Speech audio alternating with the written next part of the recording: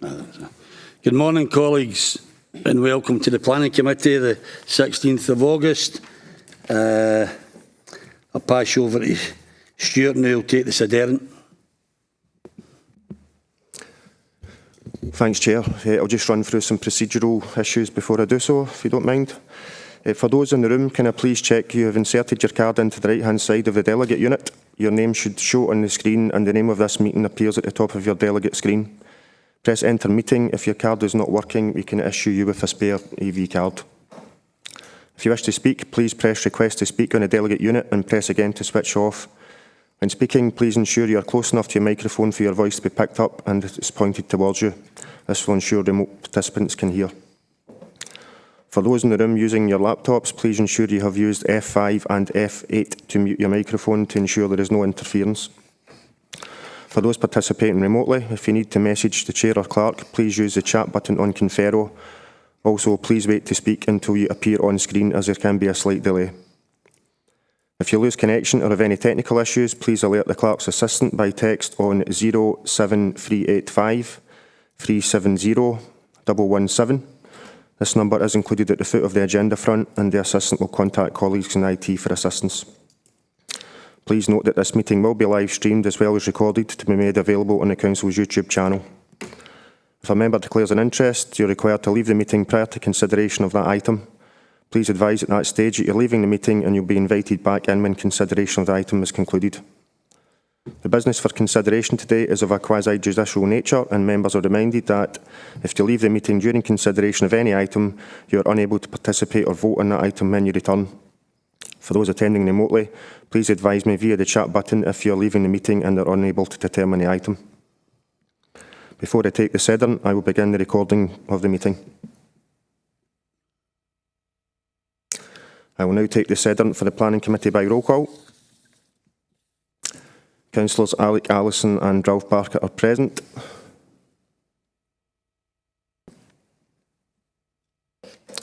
Councillors Ross Clark, Jerry Convery, Margaret Cowie, Maureen Devlin, Mary Donnelly are also present.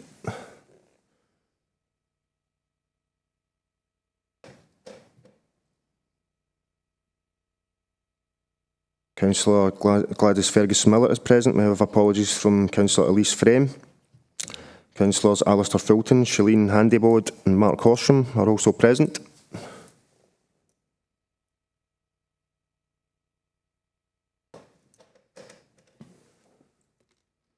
I have apologies from Councillor Monique McAdams. Councillors Leslie MacDonald and David McLaughlin are present. We have apologies from Councillor Richard Nelson. Councillor Norman Ray is present. We have apologies from Councillor John Ross. And Councillors Ali Salamati, Graham Scott, David Shearer, Helen Toner and David Watson are all present. I just need to check if Councillor Thompson's present. No. Thanks, and I'll now pass you back to the Chair for today's business. Thanks, Stuart. Is there any declaration of interest? If not, can we approve the previous minutes on pages 5 to 12? Thank you. We'll go to item number 3, and that's pages 13 to 20. Bernard, will you take us through this report? Excuse me, this report, please.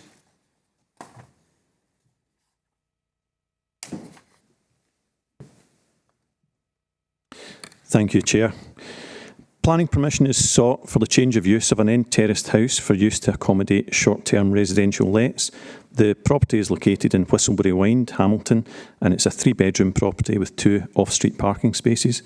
No changes to the building are proposed as part of this proposal. In terms of the local plan, the site is identified as part of the general urban area where this type of use can be supported. In terms of representations, a petition containing 14 signatories was submitted which objected to the proposal, and the relevant points are summarised in section 4 of the report. In general land use terms and policy terms, the principle of a short-term let at this location is acceptable. There are no external alterations proposed, and the appearance of the surrounding residential area will not be altered. Separate from the planning process, a licence will be required by the operator. Overall, it's considered that the application complies with the relevant local plan policies and is unlikely to have a detrimental impact on the amenity of the surrounding residential area. It's therefore recommended that the application is granted, subject to conditions. Thanks, Bernard. Is there any questions to Bernard? If there's no questions, can we agree to the report? I'll second it. Thank you very much.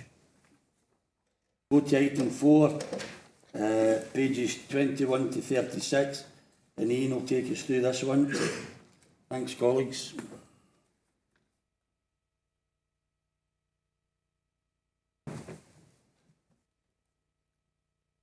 Thank you, Chair. This application relates to the erection of a detached residential dwelling house for a planning permission in principle, and it's at the land 50 metres to the south east of the Latches at the Blackwood Estate in Blackwood, Lesmahago.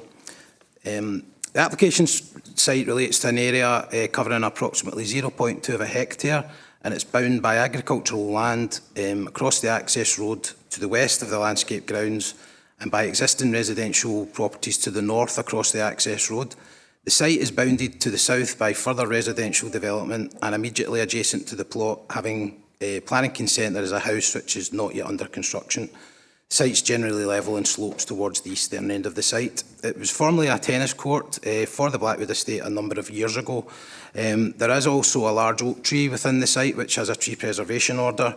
And a private access road is currently available which connects the site to the Carlisle Road to the north-east.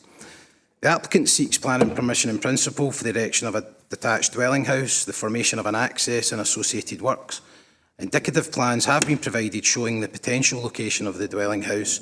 However, these would be finalised in a detailed planning application.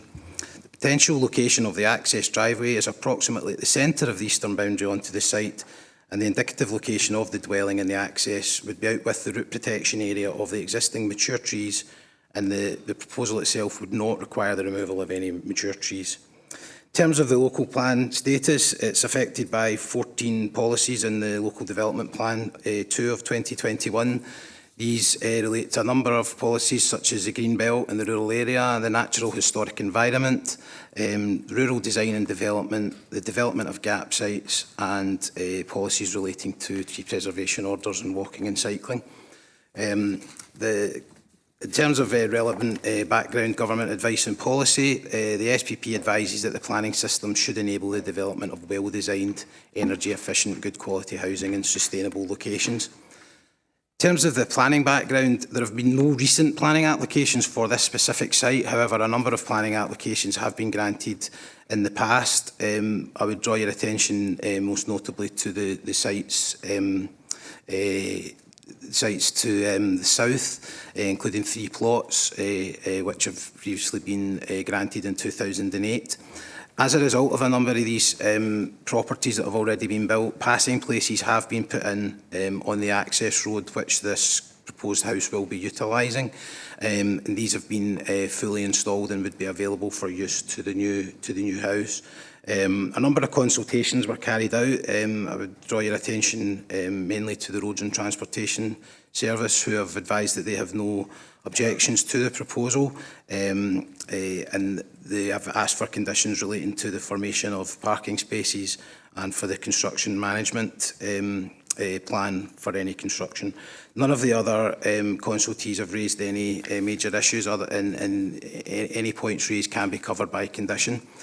Going on to the representation, we've received 14 letters of objection. These mainly relate to the provision of the access, the utilisation of a single track road. As previously advised, the private road can provide suitable access, and a number of passing places have already been provided. In terms of the maintenance, we've also been asked about that as well. The state is the roads are privately owned, therefore the maintenance of the access is a private matter, and we can't condition that. We've also been there's been issues raised relating to matters such as the core path, tree preservation orders on listed buildings. We've summarised these in the report. We're satisfied that the proposal complies with policy. will not have a significant impact on the listed building, which is directly opposite the site. And as previously advised, there will be no trees that will require to be removed as a result of the development, including the one that's covered by the tree preservation order.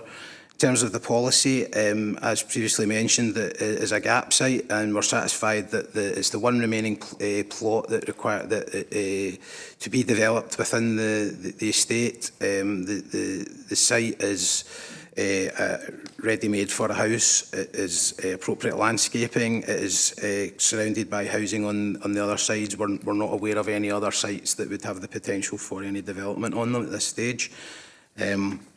Going on to just to finally assess and conclude, we're satisfied that the proposal complies with the relevant policies in relation to the Greenbelt, the rural area, those relating to the GAP site, and those we feel that the proposal would consolidate an existing grouping which already exists at the estate. And then, as I say, finally, we're satisfied that any issues with the access road are acceptable, given that it relates to only one house that's proposed. There are a number of passing places that are already available, and in that regard, we're recommending approval in this instance of planning permission in principle, subject to the conditions listed. Okay. Thanks very much.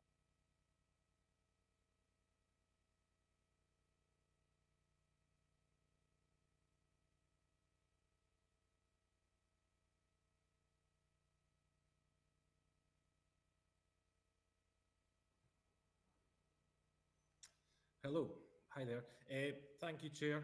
If it's okay, what I'd like to do first of all is just make sure my understanding is correct of the wider site layout, and then come back in with a question on policy. So there's a lot of planning history, and there's been quite a lot of objections for a small area. So I've looked into the planning history, and just to make sure my understanding of the site is correct. There's a northern group of buildings, which is the listed Dovecot, and another 3 or 4 houses around that, and the Covenanters' Graves. And they sit on roughly the domestic footprint of where the old house, Blackwood House, used to be. And then to the south, at the other end of the site in question, is a quite tightly packed group of buildings, which is like a farmstead, estate management, coach house, series of buildings. And the site in question sits directly in between. Is that my understanding correct?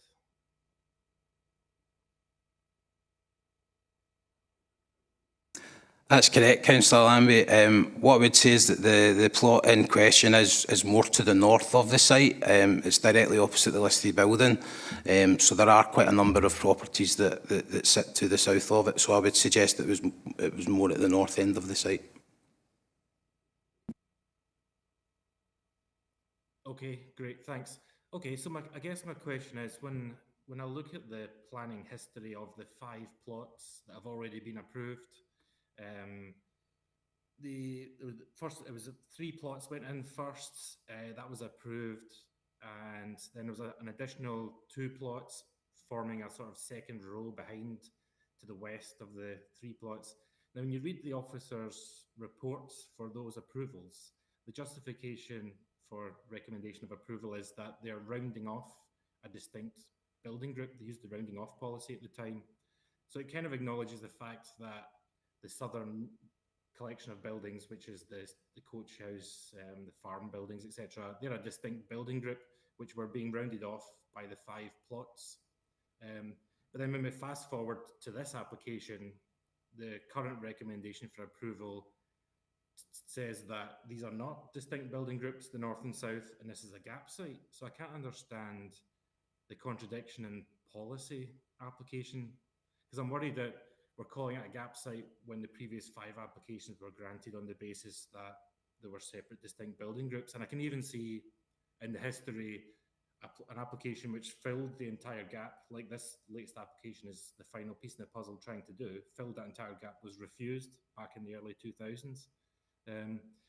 So my concern really is that is it appropriate to be applying the gap site here? Because under the GBRA 8th gap site policy, it says that gap sites will not normally be acceptable in locations where they contribute to the coalescence with another building group.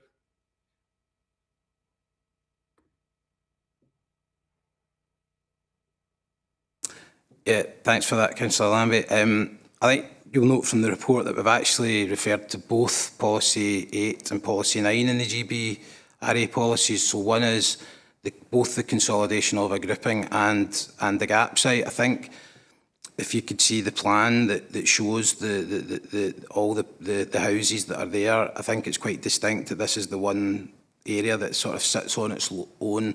It's bounded on one side by the road and it's bounded on the other side by houses. It's bounded by houses to the south. That's why we would argue that one, it is a gap site, and two, that it would also consolidate an existing grouping. So we've actually referred to both policies. We've not separated them. We've taken them together because it's caught by both of them.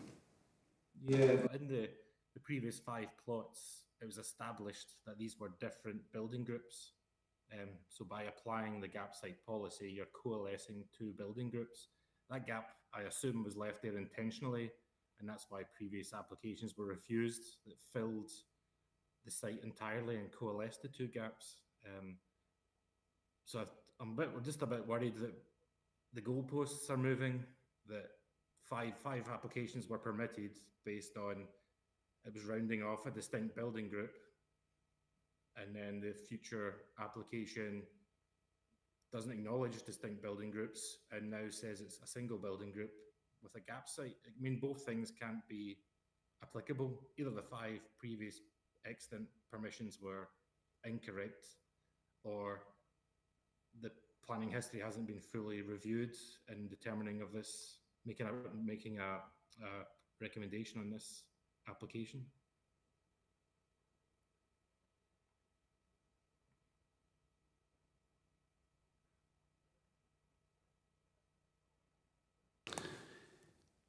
Gee, before Ian comes back in, Ross, with all due respect to everybody that wants to ask questions, that's what this committee is all about. But Ross, we're talking about things in a previous life. Let's deal with the item of business that's in the papers. We can't keep talking about things that happened 10 and 12 years ago, because it's what's in front of us today that we've got to deliberate on. Yeah. Thanks, Chair. Yeah, the final point I would make there, Councillor Lambie, is that we are working with a new, fairly up-to-date local development plan, and the policies do evolve over time. And as I say, whilst I take your point, we're satisfied that under both Policy 8 and Policy 9 of the newly adopted local plan that it complies with the policy. That's why we're recommending approval. Is there anybody else got any questions to ask? Can you just clarify with Bert Thompson before you bring him in, if he was here for the start of the item, because he wasn't here at the start of the meeting? Bert, have you been here for the beginning of this item of business?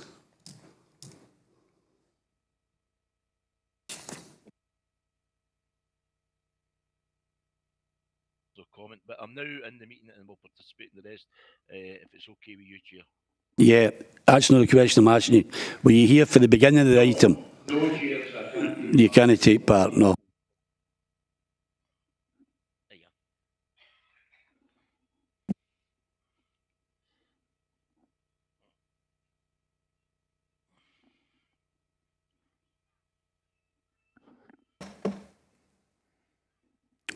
Wouldn't I like to think you're trying to silence me, Chair? Firstly, I'm a little bit confused here, Ian. Am I on the correct page of 35 when I'm looking at the map?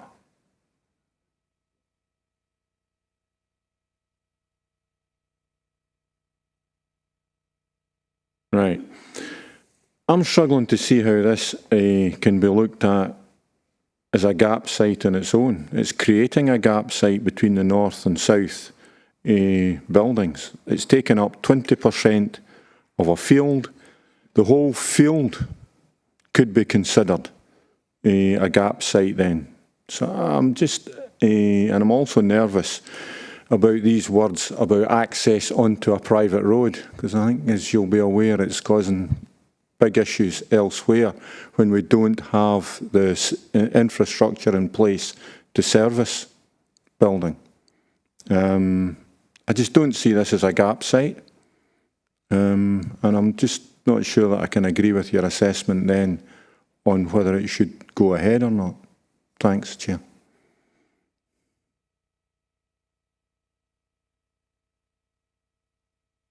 Ian, will you answer that? Certainly. Thanks, Councillor Allison. The plan there's taken off our mapping system, which is not completely up to date, I would acknowledge. The sites to both the west and the south have already got consent for houses, so that they have already been developed or are in the process of being developed. So the actual application site is not a site on its own. So if you could just imagine, there's on the plan that's shown there on page 35, there's 2 plots to the bottom. In the gap between the application site and those 2 plots, there is a house already consented in there, and there's also one into the west as well. In terms of the point about the private access road, as I say, that is the current status. Therefore, we can't, although we can't get involved in the maintenance issue, it is a single plot with an access right onto the private access that will take it up to the Carlisle Road. And it has already been, as I say, developed for passing places, so there is already a means of exit and entrance into the site with the appropriate infrastructure. Question, Alec. Yeah, it's any answer. I'm not sure that I fully agree with it, but yeah, it's a full answer. Sorry. Yeah. Ross.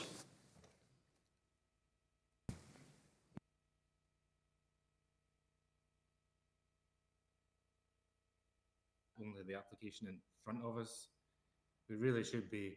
The previous applications have confirmed the fact that these are distinct building groups, which therefore means that the reason, one of the justifications for recommending approval is wrong, that we can't approve it because on that basis, because it doesn't meet the gap site policy. Just to reiterate, development of gap sites will not normally be acceptable where they contribute to the coalescence with another building group.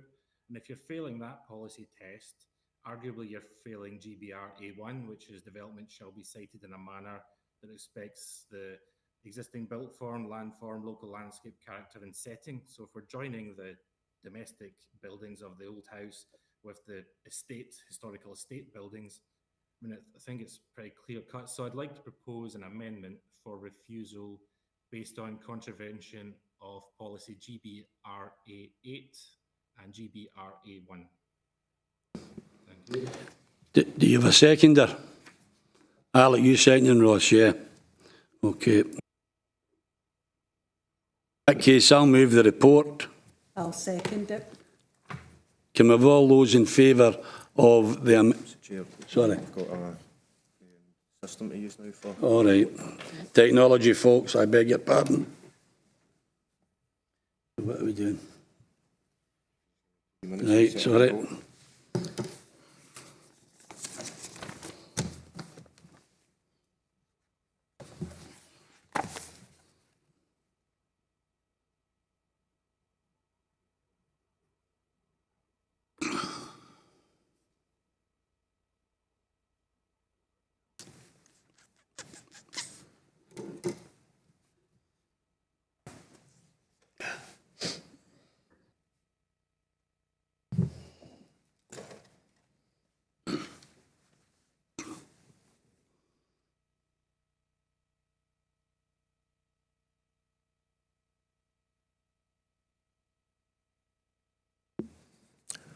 Okay, so the motion is that the application is approved subject to conditions, which has been proposed by Councillor Convery and seconded by Councillor Devlin.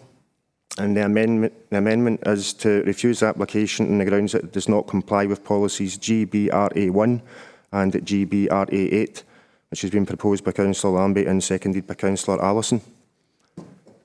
And if you can just start the voting process, if you can please select the appropriate option on your screen, thank you.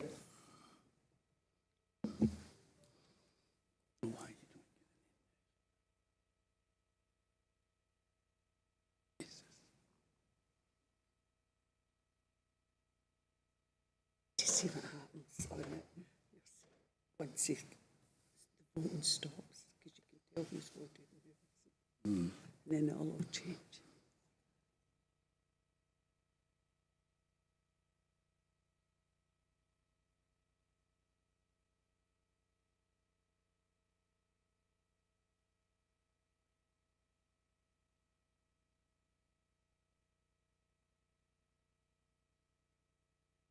It's just the first. It'd be me.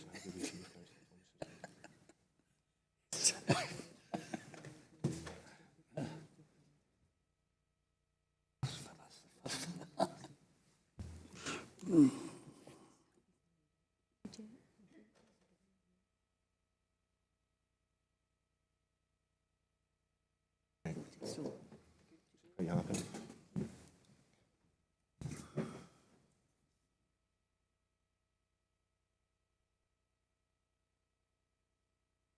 Okay, we're just going to close the vote.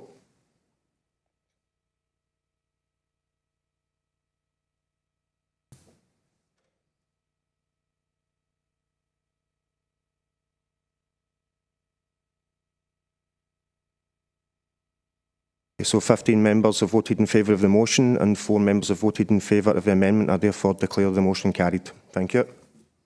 Thanks very much, Stuart. Can we go on to item number 5, and that's pages 37 to 54. Tony, will you take us through this, please?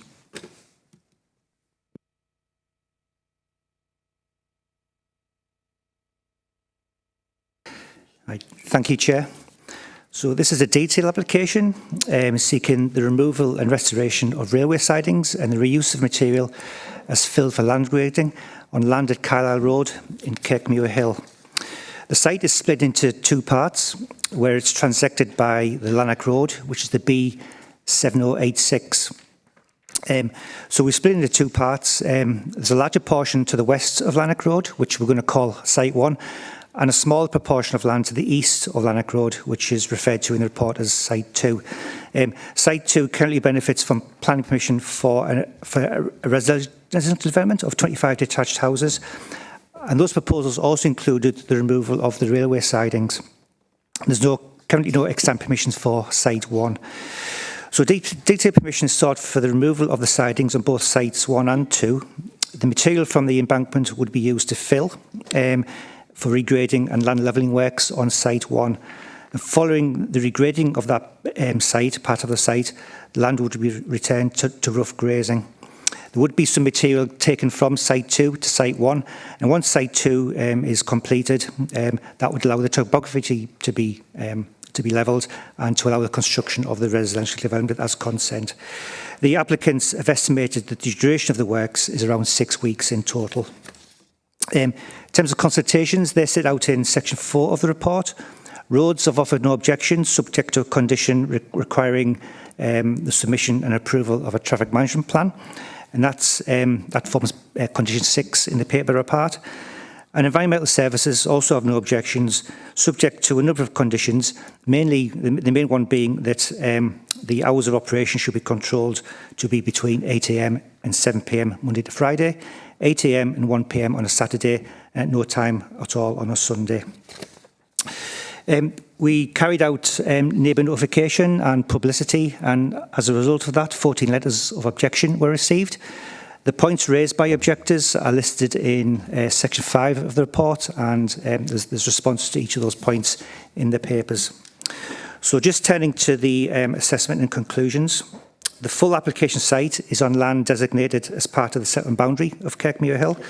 As I said, Site 1 doesn't have any specific designation other than being within the settlement boundary. Site 2 is allocated as a designated housing site, which reflects the extant planning permission. Policy 3 of the local development plan states that within settlement boundaries, proposals for uses that are ancillary to residential uses will be assessed on their individual merits, with particular regard to their effect on the amenity and character of the area. In this instance, it's considered that the proposals relate to the management of inert waste in relation to the extant planning permission, and the regrading of open land within the settlement boundary. So the operations are temporary in nature, and it's therefore considered the principle is acceptable. Just look at a couple of details that were raised by objectors. Key one being a noise impact on local houses. A noise impact assessment has been submitted as part of the application. Background monitoring was carried out as part of this at the nearest residential receptors. Environmental Services have considered this report and are content with the findings of it, subject, as I said before, to controlling the hours of operation. And again, as I say, there's a condition to ensure that happens. Environmental Services are content with the noise levels that are set out with the NIA and that they are achievable. We also propose conditions relating to requiring a dust management plan, which again will address some of the concerns of the residents. An ecological appraisal formed part of the submission as well. This report included a site survey, which found no sign of any protected species within the site. It also noted that the habitat within the site is not of a high quality, and for wildlife or loss of quality habitat, and is considered to be poor from an ecology viewpoint. So drawing all those things together, Chair, we're satisfied that the proposal complies with the local development plan, and we're recommending approval. Thanks very much, Tony. Are there any questions to Tony for any members? Ralph? Yep. Yeah, it's okay. Just wait. Just If you don't press Just the button, don't press the button. Could you try? I just press it, just a single press, and see, and then try again. That's it. Greens, thanks very much. I ask this question because although it's a site, the proposal in front of us, but with all party government policies for inclusion and net zero, we do have to be very careful about these sites. It's a linear site, and there are conditions under the previous planning guidance, SPP G17, which I know Tony Finn is an expert on, and this is incorporated in modern guidance. So we have here a linear route which could be of future use. The proposal in front of us includes a pinch point, which is the bridge location over the Auchenheath Road. So that's why it's of particular interest. But given the move now to restore the railway to Lesmahago and promoted by the constituency MSP, should we not, in these as planning conditions or planning proposals, really look at the future of these linear routes that are important, both maybe for future railway, maybe for future active travel plans? So that's the question. Does it comply? And two, should we actually explain the situation more when we're going to, eliminate a linear route? Now, I do admit taking away the material itself doesn't conflict. But if it's a precursor to adverse development, then it does conflict. Thanks very much.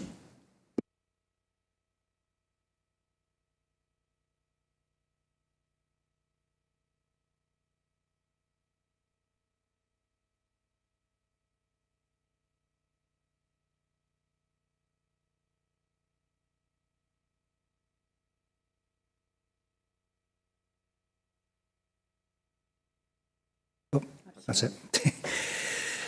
Thanks, Chair, through you. Thanks, Councillor Barker.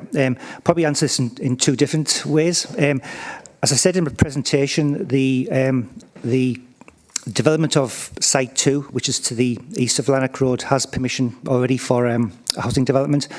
And the proposals that were approved under that consent included taking away the railway sidings. It was intended at that point to take the material off-site and not take it across the road to regrade Site 1.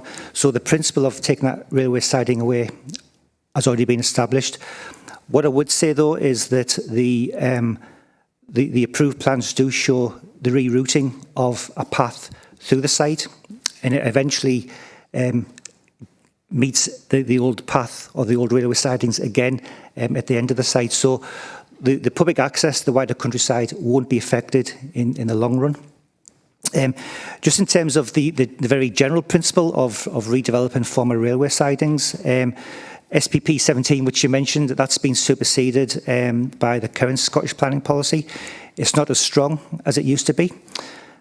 Draft National Planning Framework 4, though, which is going through the parliamentary process as we speak, that does include actually a bit more weight when it comes to looking at retaining old railway lines. And when we come to develop and prepare our next local development plan, we will have to take that into consideration and potentially make sure that these old railway lines are protected. But as it stands at the present time, the local development plan doesn't have that protection.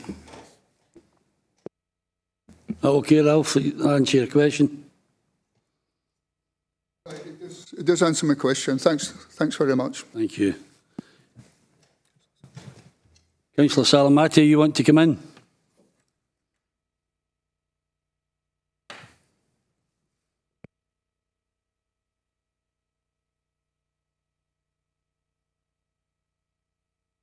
Can you hear me? Yes. Thank you. On you go. Thank you, Chair. This overall seems to be a brownfield development within the urban area, but which is positive in terms of sustainability. I didn't see very much about decontamination of the land. It just mentioned soil will be moved from soil or something. Is there anything else? Old structure, the building or something that requires the land to be decontaminated, and what's the policy on that, and what's the the methods that do it that way? How they're gonna clean the land before redevelopment is allowed to happen?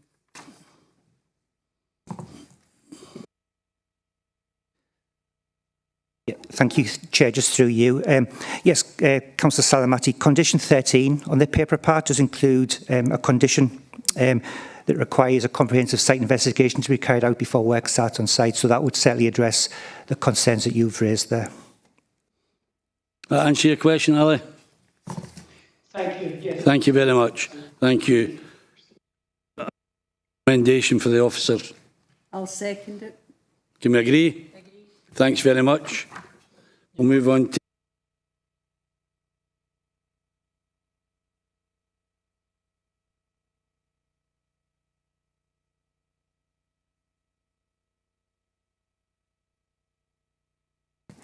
Thank you, Chair. This application relates to the erection of a single dwelling house on land on Milrig Road, Whiston. The site is located within the settlement boundary and currently used for agricultural purposes. Detailed consent is sought for the erection of a detached single-storey dwelling house with ancillary family accommodation. Access to the site would be taken from Milrig Road, and a double garage would also be provided on site. In addition to the garage, a further 3 off-street parking spaces would be provided. 2 previous applications have been approved for residential development on this site, the most recent of which dates from 2020 and proposed the formation of 2 house plots on the site. The site is identified as part of the general urban area, and therefore the principle of residential development is considered to be acceptable. In total, 7 letters of representation have been submitted which object to the proposal, and the issues raised are listed and responded to in section 5 of the report. Overall, the proposal is considered to be an acceptable form of development at this location and complies with the relevant policies in the adopted local plan, since it will not have a detrimental impact on the amenity of the surrounding area. It's therefore recommended that planning permission is granted, subject to conditions. Thanks very much, Bernard. Any questions to Bernard? No, I don't see any hands raised. Can we agree the report then? I'll second it. Can we agree it? Thanks very much. Can we move to item 7, 65 to 82, and Bernard, you again? please.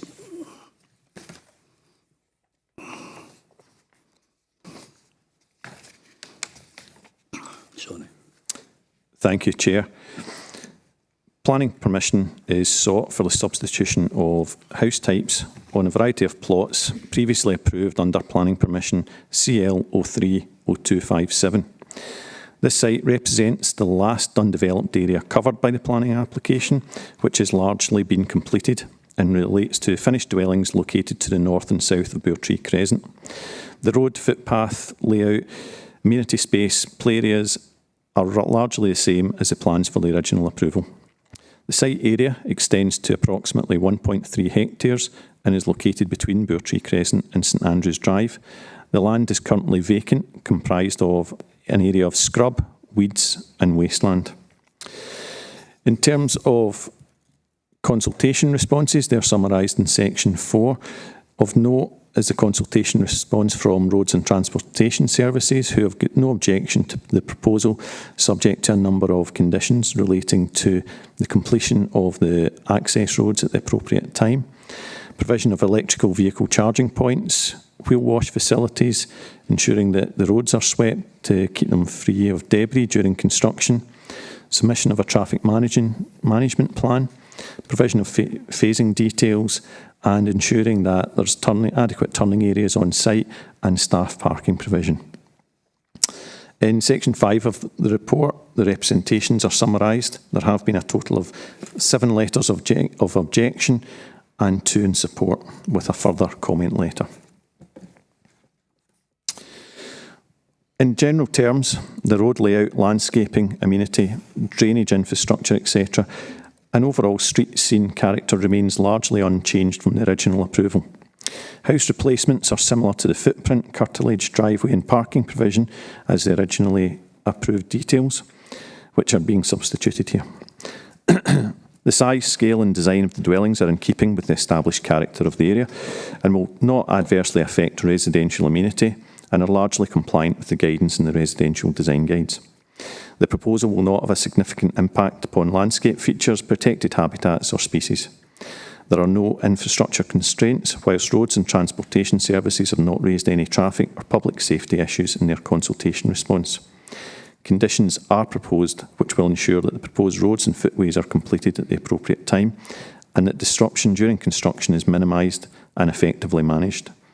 Adequate parking, turning areas and access can be provided, and a further condition has been attached requiring approval of measures to facilitate the provision of full fibre broadband on site.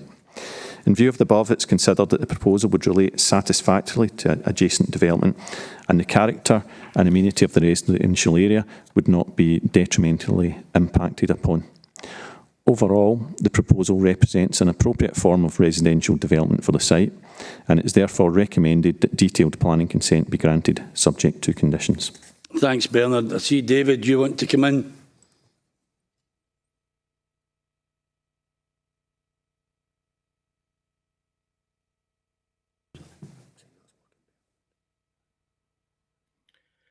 Yeah, thank you, Chair. Can you hear me, Chair? Yep, on you go. Sorry, David. Yep. Okay, thank you. Got a number of comments regarding this development.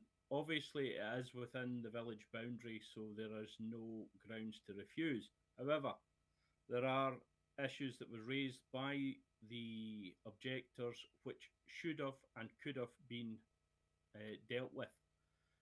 This site was one site before it was split into 2, so the lane access to the north of the site could have been kept.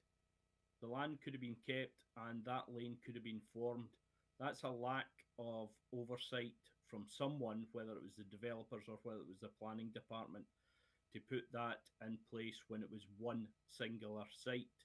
Except now it's in 2 parts and therefore we can't go back. The other things I would comment on is infrastructure. These are 30 odd houses that are going to be built here. They will have an impact on the local infrastructure with no gain to the village whatsoever. The junction between Brackenhill Road and Station Road is particularly bad. That is the access that these people who will move into this site will have to take to get out of the village. They'll have to go to that junction and use it. That will cause additional traffic problems, and I predict that at some point in the future, South Lanarkshire Roads Department and the taxpayers of South Lanarkshire will have to pay for a pedestrian crossing there, which is badly needed, but it should have been dealt with by the developer and not land on the taxpayer. The other issue I would be very worried about is Persimmons has had a development nearby. We have had issues which I have raised, and it's been in committee and it's went through committee, where the conditions that were placed on Persimmons were not being adhered to, i.e. vehicles were leaving the site with mud on their wheels, scattering it up and down Station Road. The times of the site's activity were not being adhered to. So I would like to ask the officers, what are they going to do to make sure these conditions are adhered to, and if they're breached, that they are quickly dealt with and not left to constituents to come back and complain and complain and complain, and only then does Persimmon actually comply with the conditions that we have placed upon them. Thank you, Chair. Valid points. Bernard, would you like to answer the questions that David's raised? Thank you, Chair. Just going over the 3 points that you've raised, Councillor. I know your comments about the previous approvals for the site, and obviously we are dealing with the current application before us and the previous consent which was granted. So that's a decision that's already been made, and the development has potential to be implemented with or without this application to amend the house types. In terms of the infrastructure, we did undertake a consultation with the road service, and we didn't get an objection back to that. The original consent does date back from approximately 17 years, and there was some planning gain at that time. But I'll ask Fraser to come in just to give you some further information about that particular point that you've raised. With regards to the conditions, that's an ongoing matter, not just for this site or application. It's with a lot of sites, and we do rely on developers, applicants, agents to adhere to the conditions that we impose. Where there is failure to do so, we do have powers to take enforcement action. We can also look at putting in some sort of monitoring regime. We are in the process of recruiting additional enforcement officers to assist and improve the service that we are currently providing. But we do also rely on residents advising us if there are issues or repeated breaches, simply as we can't always be out on site at any given time. But it's something that the onus is on the developer to ensure that they provide any information that's required of a pre-commencement condition. There will be requirements for them to comply with, which are ongoing at all times during the development.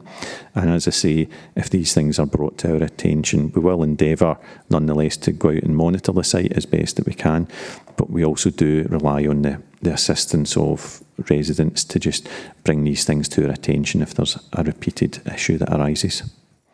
If Fraser, if you want to maybe come in on the roads point. You go.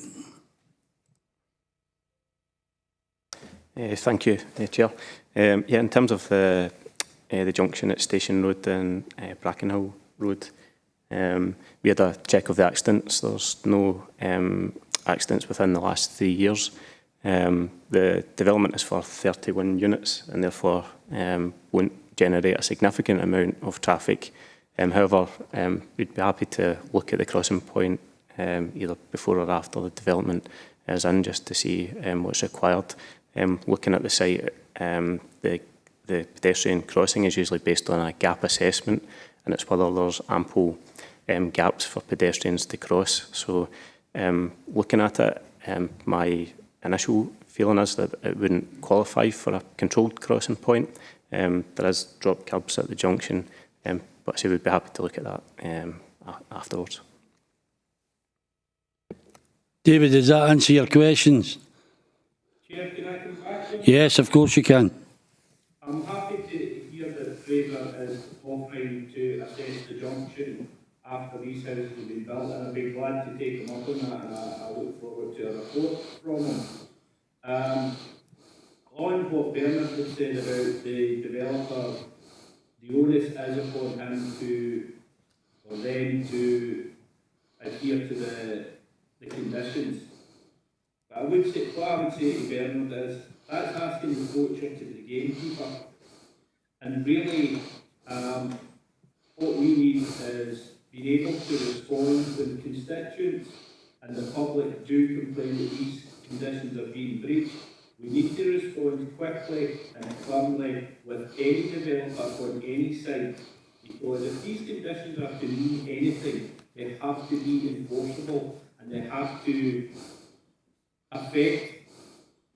They're there for a reason. They're there to protect the people that are living round about the site. So if we do not enforce them and make sure that the developer sticks to those conditions, then they're meaningless. So I would hope that Bernard does get his extra enforcement officers and that they can make the developers on whatever site, but particularly here, having dealt with a similar situation recently, that they can enforce these conditions that we place upon them. Thank you, Chair. And thanks, David. And I concur totally what you say, because I can remember it a way back, and Persimmon just put their two fingers up to us. We will be monitoring it very closely. Ross, you want to come in?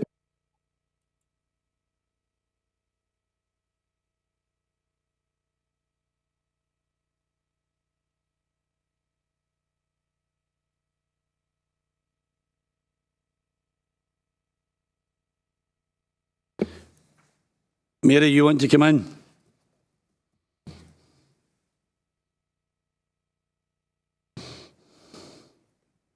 I just quickly highlighted it. I think there is a lot more communities are suffering from this, where builders are just putting two fingers up to them, not listening to what we're saying, and you do need to have clarity on enforcement and how the community can actually ask for that to be enforced. And that'll be done, Mary. Agreed. Thank you. And that'll be done. Thanks.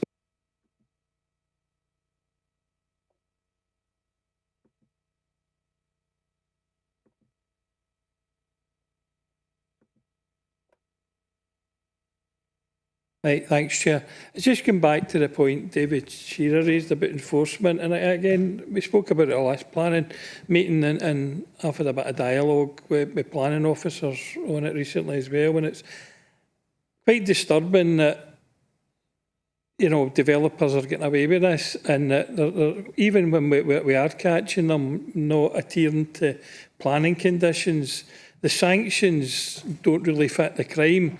And I'm really wondering what the answer to that is. But as one option, would it be, and I don't know if this is possible, that we put maybe some of these planning applications through, that put bonds on the developers to, and if they don't adhere to it, they forfeit the bond.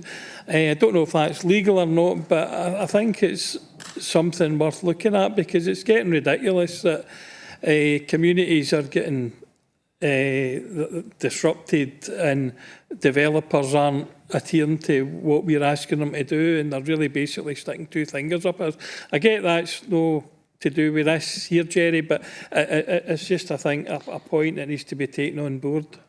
And without bringing any other officers in, and with the committee's indulgence, I'm giving you the assurance, you're right, because we get too much here.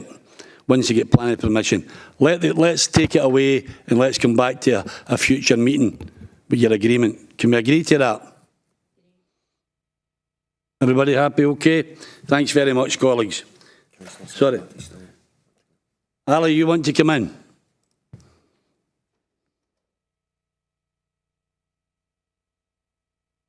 Yeah, okay.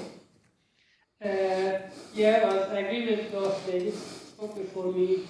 And I'm looking at page 70 of the report, item N, when somebody mentions about pollution. And I see the response itself is not located in an air quality management area, therefore there is no evidence of pollution being issued in this area. I recently had a constituent complaining about the construction site, about dust, and it was continuous to carry on, and construction company was not really, budging or doing anything about it. She complained, she put her, the washing out in the morning and she has to re-wash it all continuously all the time. And I sent when they said there is pollution, the dust need to be, considered and proper measures to be, controlling dust, because especially in this side, it's within the residential area. It's going to definitely impact on the neighbors, and we can expect to receive lots of complaints. So I don't think the response for officers on this particular item as really addressing the issue. I think 870 item in. But yeah, I think you've generally covered that. If there is any complaints from the residents or neighbors, the construction companies need to deal with it pretty quickly. Thanks for your okay. Thanks for your contribution.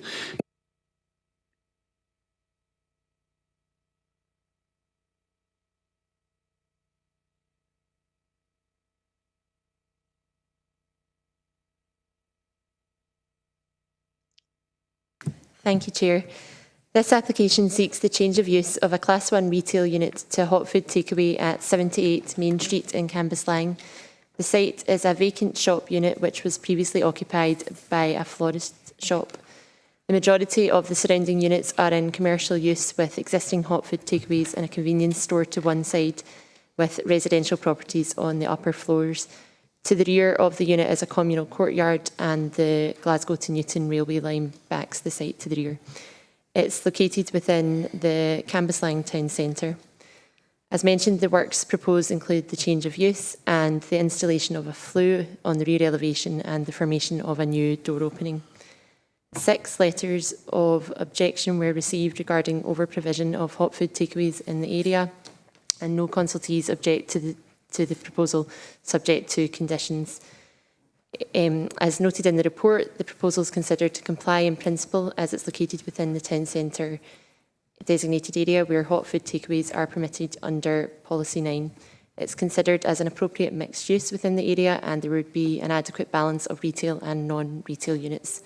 Furthermore, the proposal would bring the vacant unit back into use and allow for employment opportunities. The flue is not considered to give rise to any adverse amenity impacts and the development would fit successfully in the town centre location being accessible by public transport. Conditions relating to the ventilation system and waste proposals are attached at the end of the report and the application is recommended for approval based on the reason outlined on page 87. Thank you. Thanks very much, Jane. Any questions to Jane? I don't see any.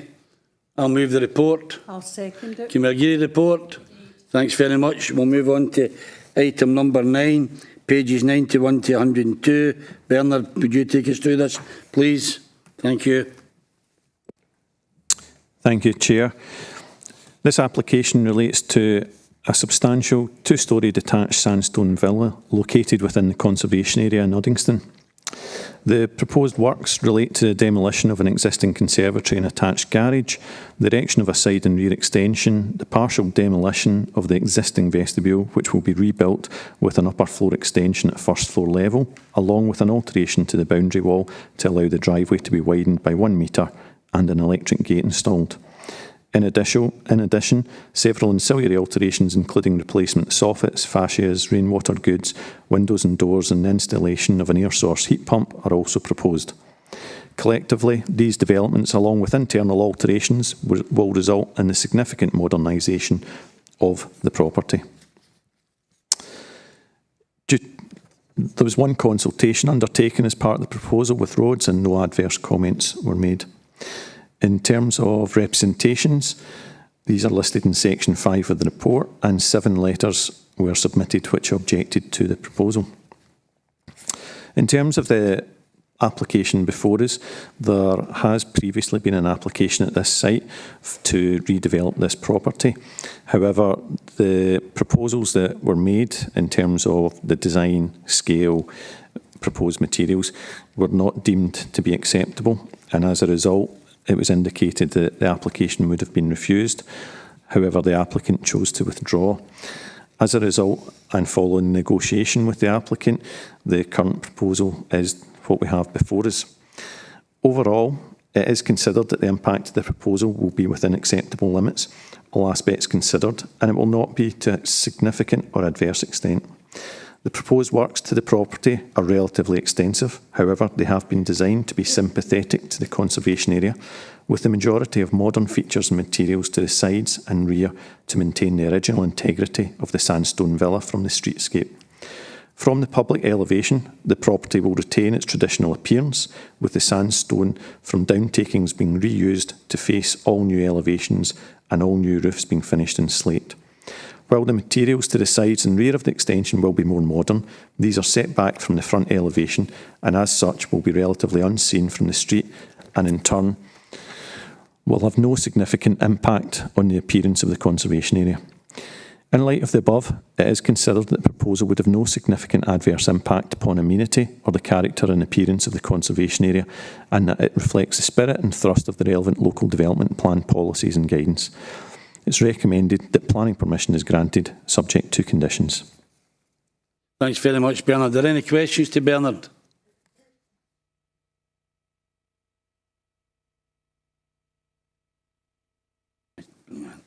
David.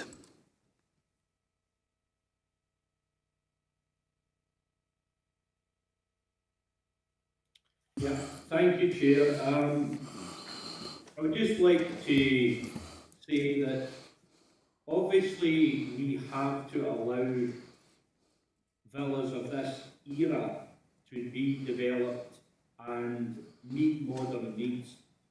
And I am really impressed that the department has done this, but in a sympathetic way, because we have to balance the need for future living and modern development with the need to preserve the built landscape that we all enjoy within our built-up areas. So I'd like to thank the officers for taking the time and working with the developer to make sure that appropriate materials and appropriate design is used so that we have that balance that we all require. Thank you, Chair. Thanks very much, David, for your comments. I'll move the report. I'll second.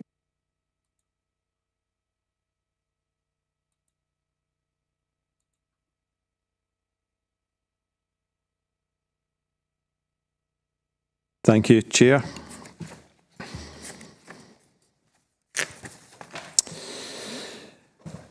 This application relates to approximately 2 hectare site and lies within the settlement of Brocketts Brae at the junction of Eastwood Road and Brocketts Brae Road. The application site itself is part of a larger landholding owned by an applicant which extends to approximately 6 acres in total. The whole site was previously identified as a housing site and later included in the settlement boundary following previous planning approvals, and most recently in 2014 when approval at Planning Committee was given in principle for the whole site. Detailed planning permission is now sought for the erection of 26 dwelling houses and associated access road, noise bund with fence, suds pond, open space and landscaping on land off Brocketts Brae Road on an open field opposite the existing dwellings on this section of road. The proposal would comprise 26 detached and semi-detached dwelling houses. The houses would be of a modern design, comprising 6 house types. 4 would be single storey, with 2 designs being 1.5 storeys with dormer windows. In terms of consultations, a variety were undertaken, but no objections have been raised, and are summarised in section 4 of the report. In section 5, there were 5 letters of objection and 2 letters of comments received.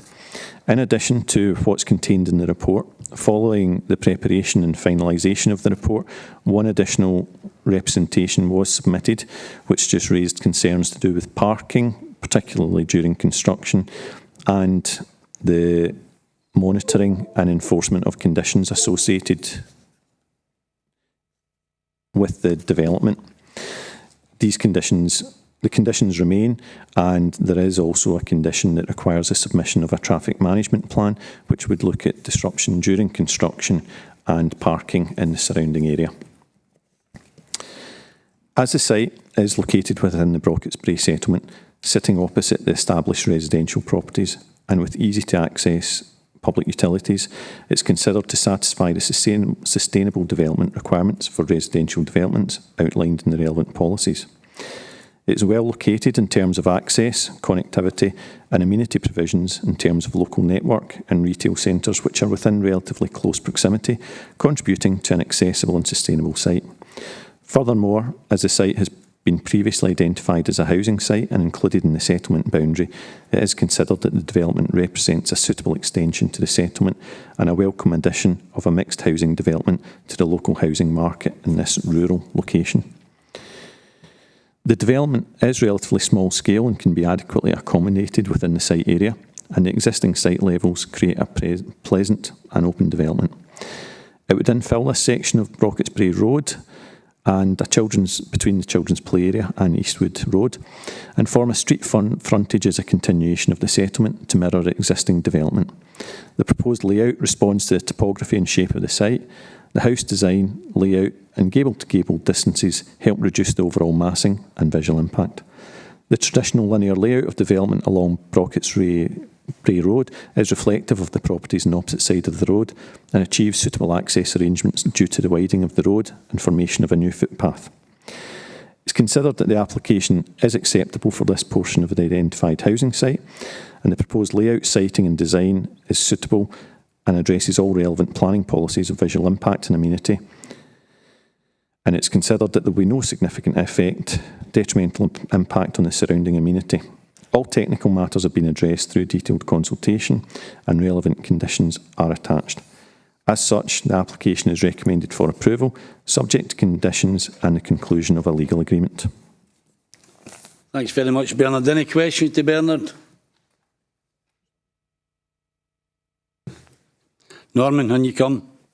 Hi, thank you, Chair. Excuse my sort of lack of experience here, but I was just wondering about the sort of relative scale of the development. I think so 26 houses, and for a rough look at the map here, it looks as if there might be about 34 existing houses in the development. So it seems quite a big relative increase in the size of the settlement. So maybe that's more a point that would have been addressed at the local plan stage rather than at this stage. So I was just wondering how that sort of comes into consideration, or if it comes into consideration. Bernard. Thank you, Chair. Yeah, there's probably two factors that just relate to that point in terms of the area identified and the number of units. The current site covers approximately 2 hectares, which is a third of the area that the applicant owns. There's a previous application that was approved by the planning committee, which was for the full site. That was never actually issued because the company went into administration and failed to conclude the legal agreement. However, the principle of the residential development was acceptable from a planning perspective.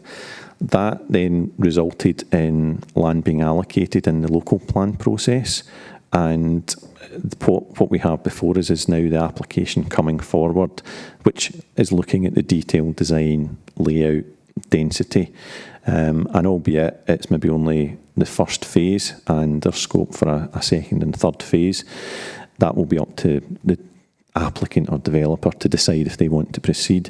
But looking at the layout, the numbers proposed, the density, we are satisfied with what they've put forward.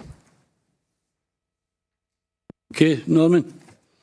Never apologise for asking for knowledge. Thanks, my friend. Thanks, Chair. It's not really to do with the application itself, it's more to do with some of the conditions. There is an expectation for affordable housing play parks and to a lesser extent the education. Can I have an assurance that the local members will be involved in how these conditions are taken forward? Where Brockesbury is, there's no services itself. I don't think there's even a path into Lismahago. It'd be walking on the road, and rural transports, to put it very nicely, it's crap. And therefore I think there needs to be a lot of local input as to how these conditions are materialised. Thank you. Good point. Thank you. Just to clarify, Councillor Allison, was it the legal agreement that you're referring to as opposed to the conditions? Right, that's fine. Yeah, your points are noted. Okay, Alec. Can we agree to the report, folks? I'll second it. Agreed. Thanks very much. Can we go to item 11, pages 125 to 136? Tony, take us through it, please.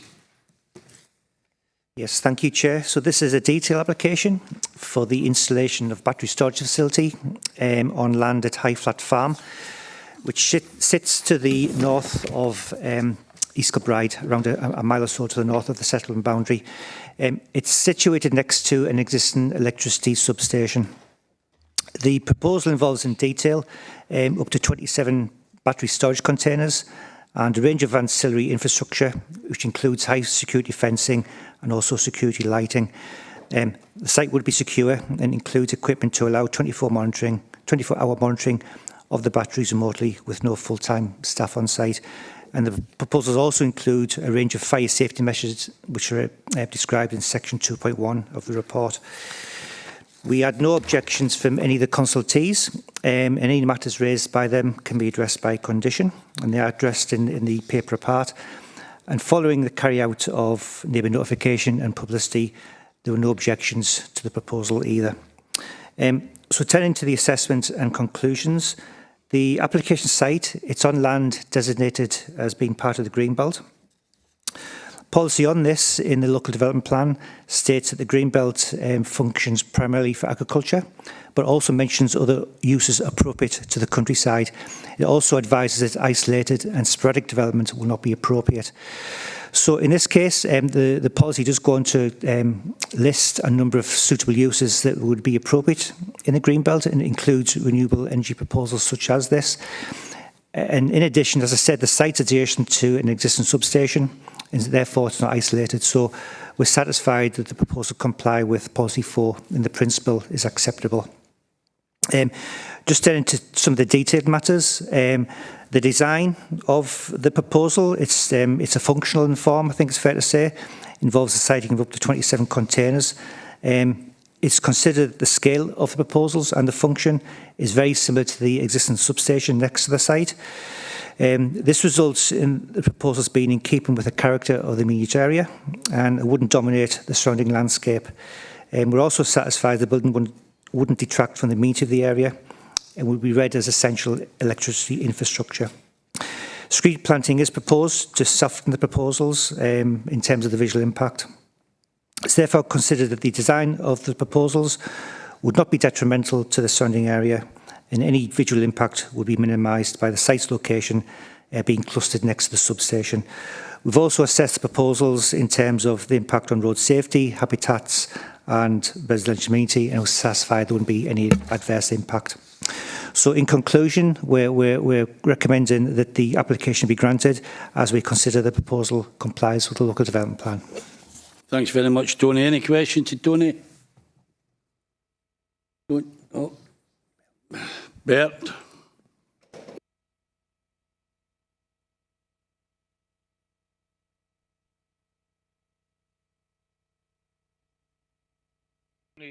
Maybe I've missed it.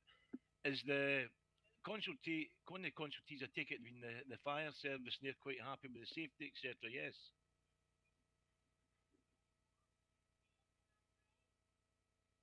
Just to you, Chair, we didn't consult the fire service in this particular situation. There weren't a statutory consultee. But the applicants have given us a range of information that satisfies us that any fire safety issues would be addressed by the measures they've got in place to mitigate that. Okay, Bert. Thanks very much. Thank you.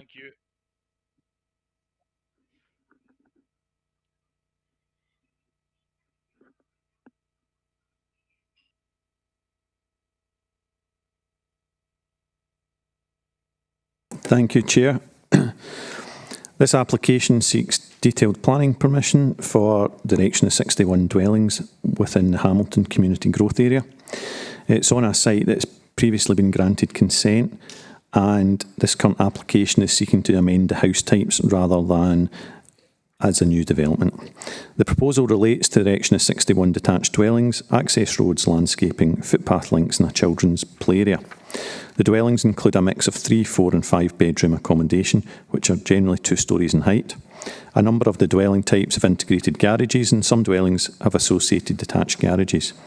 Externally, the dwellings are proposed to be finished in a combination of render, split-face stone walling, glazed panels and concrete roof tiles, which reflects previously a approved palette of materials within the community growth area. Overall, in section 4, the consultation responses are summarised and no objections have been received. There were no representations made in relation to this application. Overall, the proposal relates to a part amendment, a previously approved consent, to reduce the number of units and amendment to the house types. It forms part of the wider Hamilton Community Growth Area. The design, layout and general impact of the development as revised is considered to be acceptable, and the proposals comply with the relevant policies contained in the adopted local plan.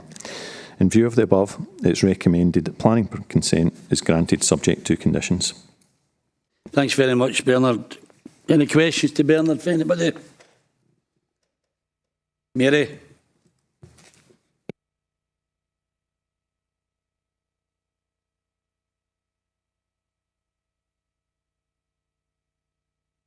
West and Orlock, I don't know where that is, it's Ernock. And if that amendment could be made to the paper, I would appreciate that. Also, I'd like to... Mary, sorry for interrupting you. Could you start again? Because we never heard what you said to begin with. Right, okay. Thank you. Can you hear me now, Chair? There's a wee delay before we can get to people. That's how some people start talking, but we miss the start here. Thanks, Mary. On you go. Okay. It was just to advise the committee that the area for this 61 houses is saying that it's Hamilton, 18 Hamilton West and Orlock. Orlock, I don't know where that is. It's Ernock. And if that typing error could be made, I would appreciate that. Also, I would like to welcome the paper as has a lot of extensive communication with the 2 schools that this area covers. And that is that we open the gates at night to allow the kids to play in the playgrounds for safety. And so I welcome the play park that's going to come with this application as well. And I'm sure that will be the community will really look at that, be thoroughly pleased about that at play park, because there is no place for them to play other than a governmental playgrounds. Thanks very much for your contribution. Right, Mary. That amendment, please, to the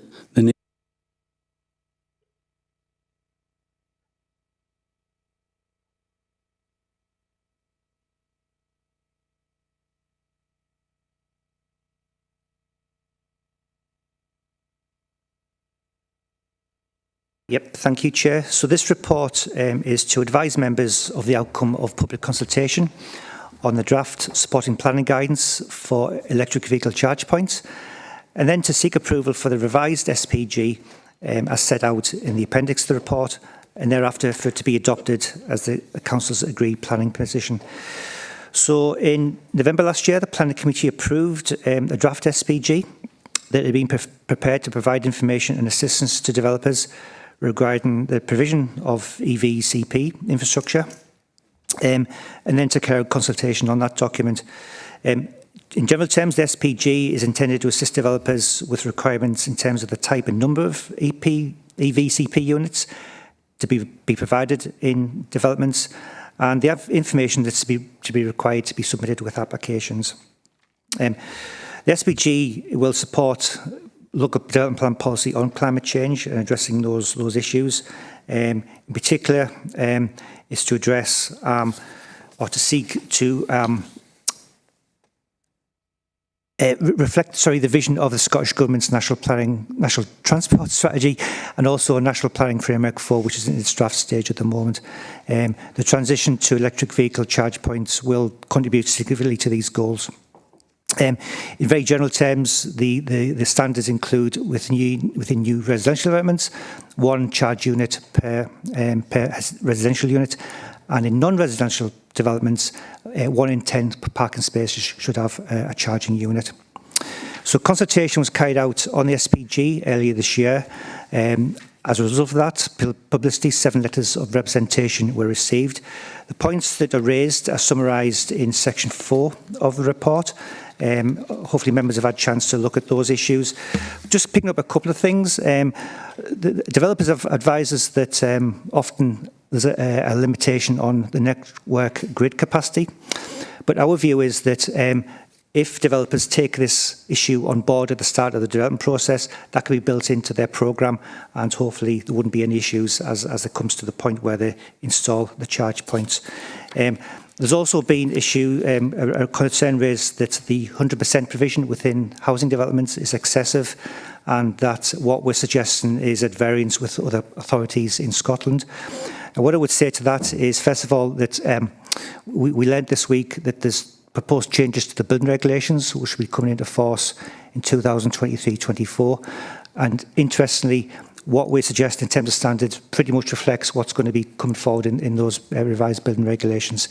The draft NPF4 as well doesn't set out detailed requirements for infrastructure of this nature, but it's really for local authorities themselves to decide what is the most appropriate route. So we think we've got it right. So just drawing this all together then, we've made a number of minor updates to reflect some of the comments that have been made by objectors and representees. So the principle for the requirement of these charge points remains unchanged since the approval of the draft version in last November. It's therefore recommended that the supporting plan guidance as attached as an appendix to the report is approved and it be published on the Council's website. And then after that, the SPG will be a material consideration for any planning applications. Thanks very much, Tony. Any questions to Tony? I suppose it's work in progress. Ralph, you want to come in? Yes, please, if that's okay, Chair. Thanks. Just a slight concern about risk assessments for electric car charging points where there are several charging points. And just with Chair's permission, I'll just explain what it is. As much my fault, I didn't get involved in the consultation. I really did not expect to be sitting here at this time. So with 2 villages in the Upper Clyde, adjacent to the M74, abundant charging points provision in car parks. What happens is, long distance travellers, these charging points, all on the websites, and right, we'll just go into this village, that village, they go in, they've been driving for 150 miles, charge up, they've got half an hour, and then what is the next thing they think about? It's the human condition. And what they find is we've closed all the public toilets, and it ends up with this, this environmental health issue. Let's try and avoid it in future, one way or another. Thank you, Chair. David, you want to come in?